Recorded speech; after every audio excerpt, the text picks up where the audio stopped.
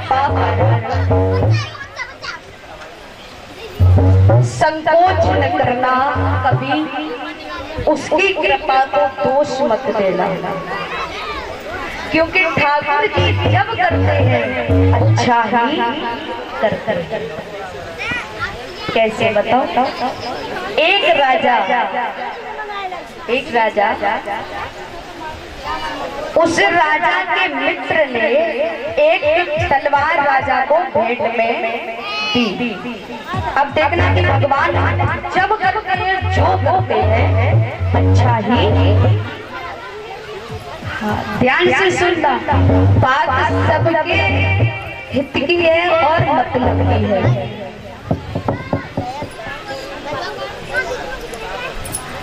तो राजा के मित्र ने एक तलवार भेंट में दी। नई तलवार थी, राजा ने निकाल के देखी और घुमाते फिराते देखते समय एक उंगली कट गई, और जैसे ही उंगली कटी तो रक्त की धारा बहने लगी। और पास में मंत्री बैठा था, और मंत्री का ये स्वभाव था महाराज कि बात बात पे वो ये बोल दिया करता था कि ठाकुर जी ने अच्छा किया, भगवान ने अच्छा किया। अब आप एक बात बताइए, किसी की उंगली कट जाए, किसी के चोट लग जाए, और कोई आपके सामने हंस करके ये कह दे भगवान ने अच्छा किया, तो आपको कैसा लगेगा? गुस्सा आएगा। मेरी तो एक कटी है, तेरा पूरा हाथ ही काट दूं, इतनी गुस्सा आएगी ना। और जैसे राजा ने सुना, मंत्री ने कहा भगवान ने अच्छा किया, लेकिन नालायक, मेरी उंगली कटी, मेरा खून बहा, तू कहता है भगवान ने अच्छा किया। आखिर राजा था, आदेश दिया सिपाहियों को, इस नालायक को, दुष्ट को जेल में डाल दो, तब इसको पता चलेगा। हथकड़ी पहनाई, उस समय मंत्री कहता है ठाकुर जी ने अच्छा किया। जेल में ले जाकर के डाला तो मंत्री कहता है ठाकुर जी ने अच्छा किया। कुछ समय बाद जब राजा का घाव भर गया, वो ठीक हो गई उंगली, तो एक दिन राजा शिकार के लिए जंगल में गया। उस जंगल में बहुत से भील लोग रहते थे, भील जाति के लोग। उनका एक सरदार था, उसके कोई संतान नहीं थी, तो एक पुरोहित को बुलाया। उस पुरोहित ने कहा कि आपके संतान हो जाएगी, लेकिन उसके लिए आपको यज्ञ करना पड़ेगा, और देवी को प्रसन्न करने के लिए एक नर की बलि दी जाएगी। तो आप एक व्यक्ति की, एक आदमी की खोज करो, पकड़ करके लाओ। राजा जंगल में गया, शाम हो गई, रास्ता भटक गया, और इधर भील के लोग ढूंढ रहे थे जंगल में कोई मिल जाए तो। राजा मिल गया, उसको पकड़ करके लाए, और पकड़ करके ला करके भैया एक कमरे में बंद कर दिया। बड़ा स्वादिष्ट भोजन लाया गया, और राजा को पता चला कि सुबह हमारी बलि दी जाएगी, तो फिर भोजन किसे अच्छा लगे। राजा विचार करने लगा, हे भगवान, आज तो लगता मेरे प्राण बचने वाले नहीं है। भोजन नहीं किया, सारी रात नींद नहीं आई। सुबह पुरोहित ने कहा उस व्यक्ति को जिसकी बलि दी जाएगी स्नान कराया जाए। दूध से, गंगा जल से स्नान कराया गया, और महाराज जैसे ही आहुतियां प्रारंभ हुई डालने के लिए, तो कहा इस मनुष्य को पूरा देखो, सही से देखो भालो, कोई अंग भंग तो नहीं। हाथ पैर देखे गए, और तब तक दृष्टि पड़ती है उस उंगली पर, तो उंगली नहीं थी महाराज। और जैसे ही उंगली नहीं थी तो कहा पुरोहित ने, ये पहले से अनिष्ट है, इसकी बलि नहीं दी जा सकती।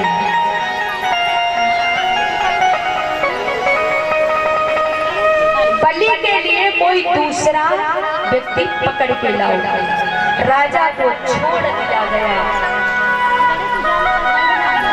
और जैसे ही राजा को छोड़ा महाराज, राजा को मंत्री की बात याद आई और सबसे पहले उसने मंत्री का धन्यवाद किया कि बिल्कुल सही कह रहा था।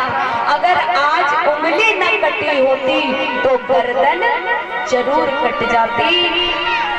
भगवान जब करता है तो अच्छा ही करता है। राजा लौट के आया और आकर के उसने सबसे पहले मंत्री से भेंट की, जेल से निकाला और जेल से निकालने के बाद उससे कहा, भैया तेरी बात 100% सही थी, बिल्कुल सत्य थी। भगवान जो करता है अच्छा ही करता है, मेरे लिए तो अच्छा हुआ, पर एक बात अभी भी समझ में नहीं आई। वो कौन सी बात महाराज? कहाँ हो? तो कहा जब मैंने तुझे हथकड़ी पहना करके जेल में डाला तब भी तूने यही बात कही कि भगवान बहुत अच्छा कर रहा है। तो मंत्री कहता है कितने नादान हो महाराजा, अगर आप मुझे जेल में न डालते मैं भी आपके साथ जाता शिकार करने के लिए। चलिए मान लो कि आपकी तो उंगली कटी थी पर मेरी नहीं कटी थी। आपको छोड़ दिया जाता और मेरी बलि चढ़ा दी जाती तो ठाकुर जी कभी किसी के साथ बुरा नहीं करते। ठाकुर जी जब करे तब अच्छा ही करे। तो उनकी कृपा पर कभी शक मत करना।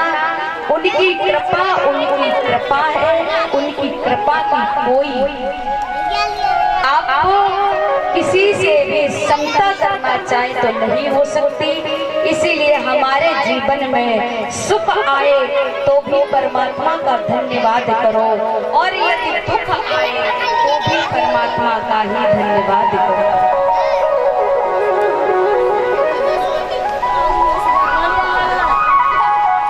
दुनिया में मांगने वाले बहुत हैं भगवान से, पर क्या आज दिन तक सुख मांगने के अलावा किसी ने भगवान से दुख मांगा? नहीं। आप भी मंदिर जाते हो, तीर्थों में जाते हो, कभी भगवान से ये कहा कि ठाकुर जी हमारे यहाँ एक पैर टूट जाए इतना दे दो, कभी मांगा? नहीं मांगा।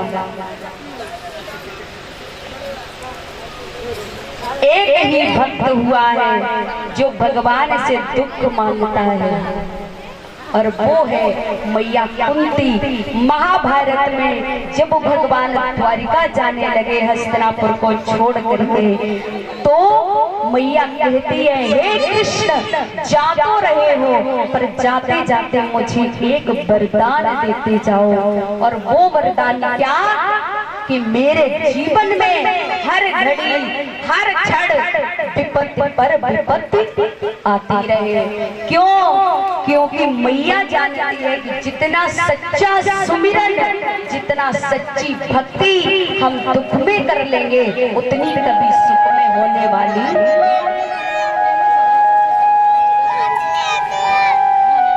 नहीं।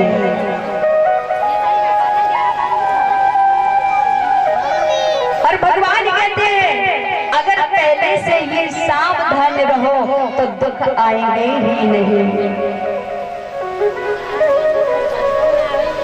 दुख में सुमिरन सब करे, सुख में करे न कोई, और जो सुख में सुमिरन करे तो दुख काहे हो। हनुमान जी सीता जी की खोज करने के बाद जब लौट करके आए, प्रभु श्री राम ने पूछा हनुमान जी एक बात बताओ वहां पर जनक नंदिनी सीता जी कैसे रहते हैं? तो हनुमान जी कहते हैं हे प्रभु मैया तो बहुत आनंद में है। राम जी को आश्चर्य हुआ, आनंद में है? सीता जी मेरे से दूर रह करके कभी आनंद में रह ही नहीं सकती हैं। हनुमान जी कहते हैं मैं दावा करता हूँ कि मैया आनंद में है। क्यों? क्योंकि एक बात तय है। हनुमान जी ने बड़ा सुंदर जवाब दिया है। क्या बताया? हो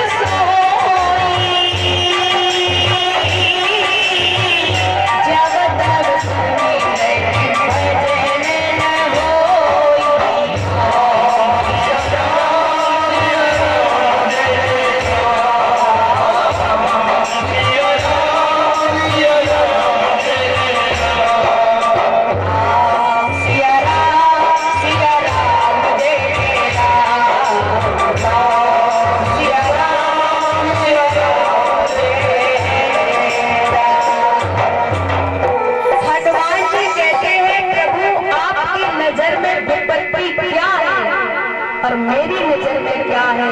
तो जब तक सिमरन भजन न होई, जिस घड़ी परमात्मा की याद न आए, जब भगवान की भक्ति न हो, जब भगवान का भजन न हो, सच्ची विपत्ति वही है।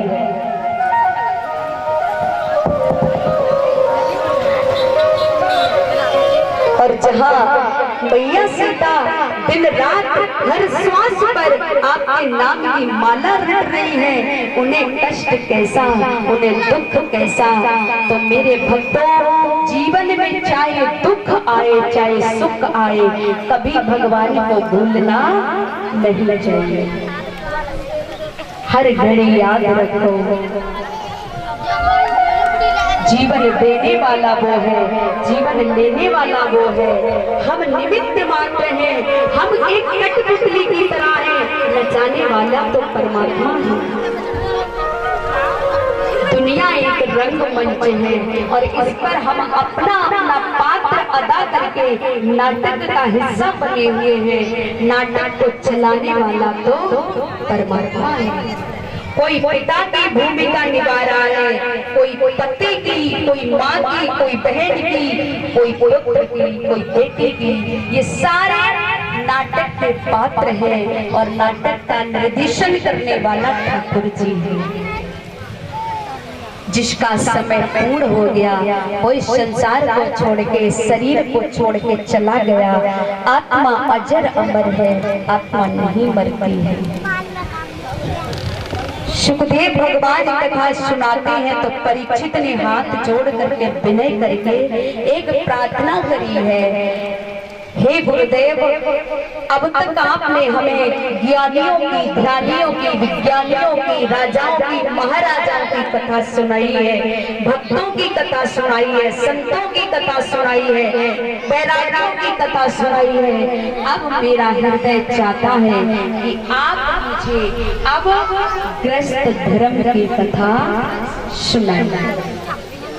गृहस्थ धर्म समझते? गृहस्थ धर्म जानते हो? गृहस्थी किसे कहते हैं? जो हम और आप अपना जीवन जी रहे हैं, यही गृहस्थ धर्म है।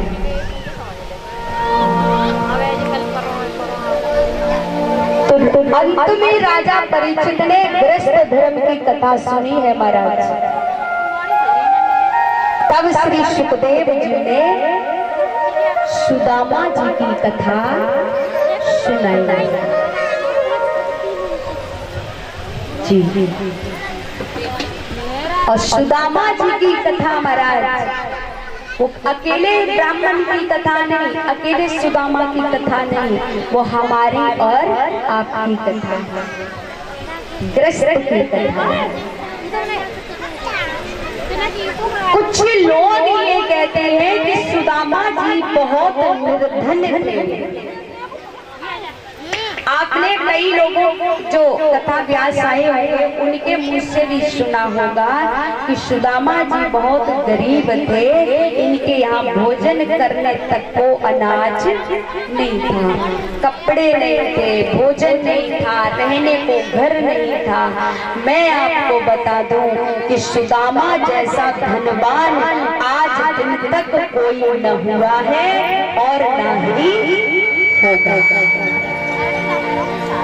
सुदामा जैसा धन यदि हमको मिल जाए तो मेरे समान कोई नहीं है महाराज।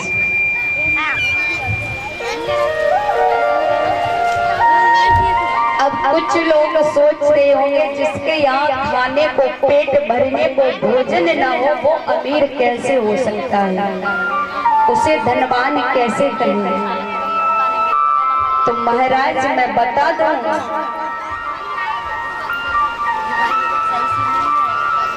सच्चा धनवान कौन है या जगत में,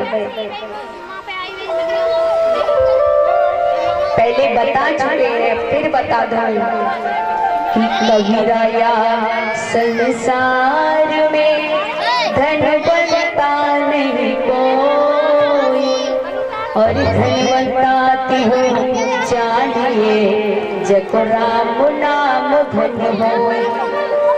कौन सा? जिसके पास नाम की कमाई है, जिसकी श्वास हरे कृष्ण कह के निकले, जिसकी शुरुआत ठाकुर जी के दर्शन से हो और आठों पहर जो भगवान की भक्ति में रहे, उसे हम निर्धन कैसे कहें।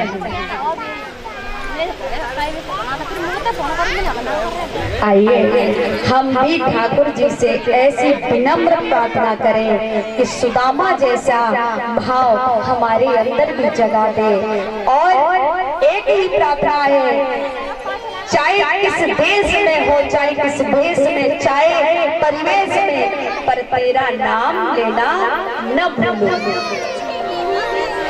यह मेरी अर्जी है, ये मेरी अर्जी है,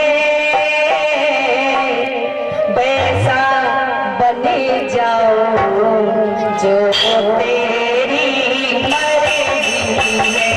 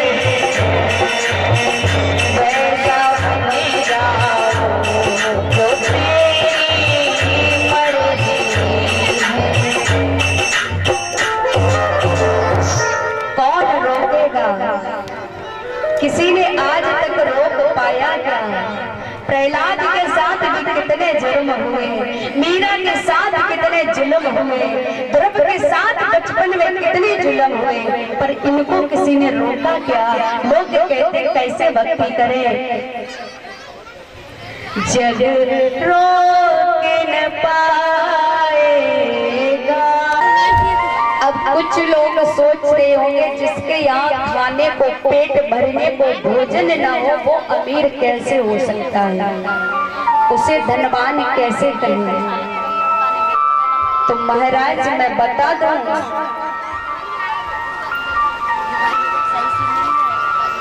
सच्चा धनवान कौन है या जगत में? पहले बता चुके हैं, फिर बता दूं।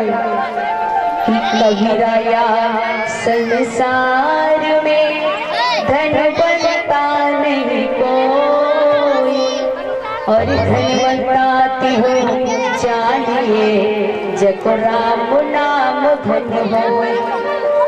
कौन सा?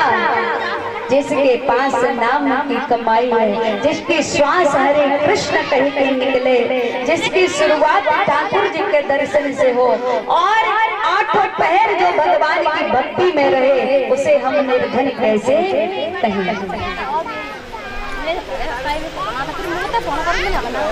आइए हम भी ठाकुर जी से ऐसी विनम्र प्रार्थना करें कि सुदामा जैसा भाव हमारे अंदर भी जगा दे।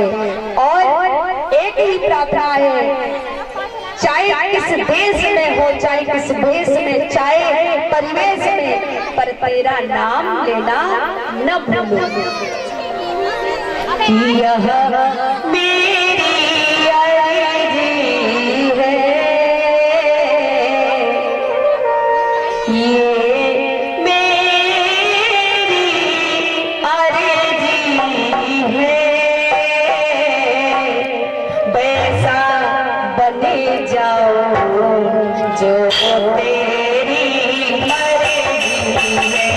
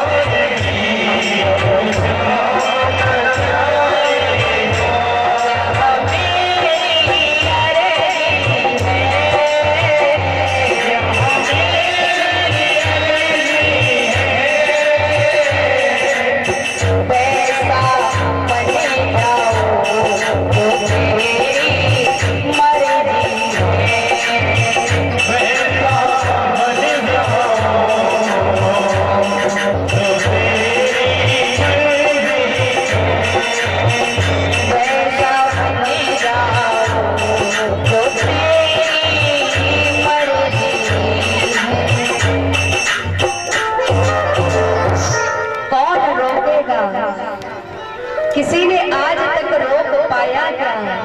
प्रहलाद के साथ भी कितने जुर्म हुए, मीरा के साथ कितने जुल्म हुए, ध्रुव के साथ बचपन में कितने जुल्म हुए, पर इनको किसी ने रोका क्या?